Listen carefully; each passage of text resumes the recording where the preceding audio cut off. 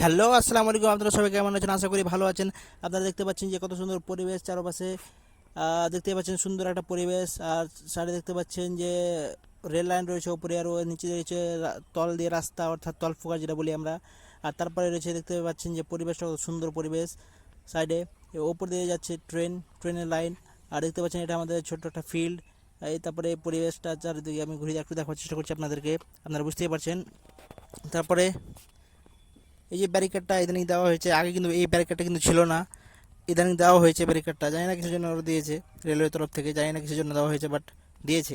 কিছুদিন হলো এটা দেওয়া হয়েছে।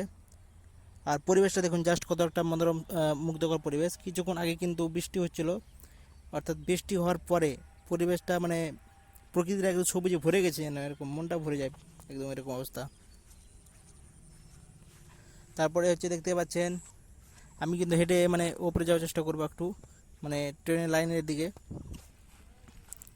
আপনারা দেখতে পাচ্ছেন সামনে রয়েছে ব্যারিকেড, অর্থাৎ যে নতুন যে ব্যারিকেড সেটা সামনে আছে, সেটাকে আমাকে কিন্তু ক্রস করে যেতে হবে। একটু অসুবিধা হবে অবশ্য, আগে কিন্তু সেই ব্যারিকেডটা ছিল না, কিন্তু এখন বর্তমানে আমাকে ব্যারিকেডটা ক্রস করে যেতে হবে। যাই হোক, আমরা যাচ্ছি ওপরে যাওয়ার চেষ্টা করবো একটু। তারপরে আপনারা দেখতে পাচ্ছেন যে এই মুহূর্তে ট্রেন আসতে চলেছে। এই যে চলে গেল ট্রেন। এটা হচ্ছে একটা মানে জিনিসপত্র, অর্থাৎ গুডস নিয়ে যাওয়ার একটা ট্রেন। এই ট্রেনগুলো সাধারণত অনেক লম্বা হয়ে থাকে এবং অনেক ওজনকে একসঙ্গে তারা নিয়ে যেতে পারে, অর্থাৎ যে ইঞ্জিনগুলো সেগুলো হচ্ছে ভেরি পাওয়ারফুল।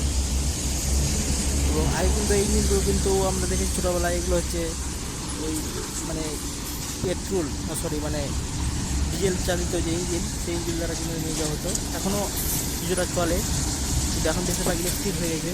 সেই ইলেকট্রিকের মাধ্যমে কিন্তু এই গাড়িগুলো যাতায়াত করছে, এই ট্রেনগুলো যাতায়াত করছে। আপনারা দেখতে পাচ্ছেন তার পাশে রয়েছে NH-12 ন্যাশনাল রাস্তা রয়েছে, NH-12। আর পরিবেশটা আপনারা দেখতেই পাচ্ছেন যে পরিবেশটা কেমন। বৃষ্টি হওয়ার পরে পরিবেশটা যেন আবার কাম ব্যাক করেছে, মানে জেগে উঠেছে এরকম মনে হচ্ছে, সবুজে ভরে গেছে এমন।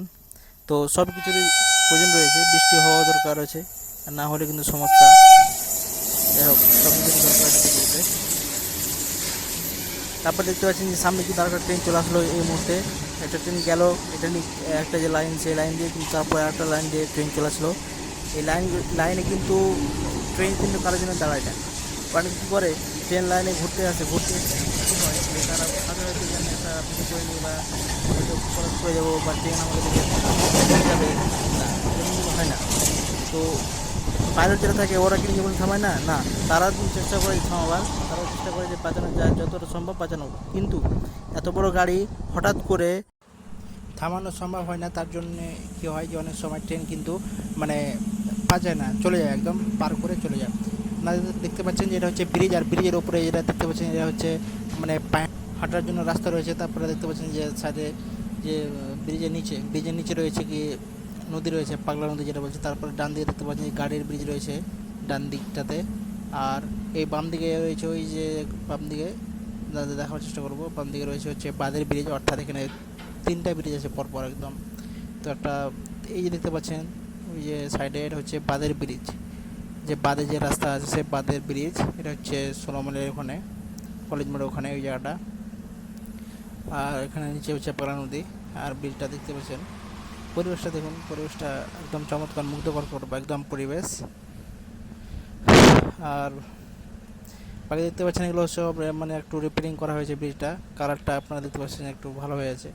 পায়ে হাঁটার যে ইয়েটা আর কি, সেটা হয়তো করেনি, রিপেয়ারিং করেনি। বাকিগুলো ব্রিজটা কিছু না কিছু হালকা হালকা করে রিপেয়ারিং করেছে, হালকা হালকা রিপেয়ারিং করা আছে। তারপরে দেখতে পাচ্ছেন গাড়ি যাচ্ছে ওই গাড়ি ব্রিজ দিয়ে, ডান দিকে যে ব্রিজ, সেই গাড়ির ন্যাশনাল 12 যে রয়েছে, NH-12, ওর উপর দিয়ে গাড়ি যাচ্ছে, ওটা ওটা ব্রিজ রয়েছে।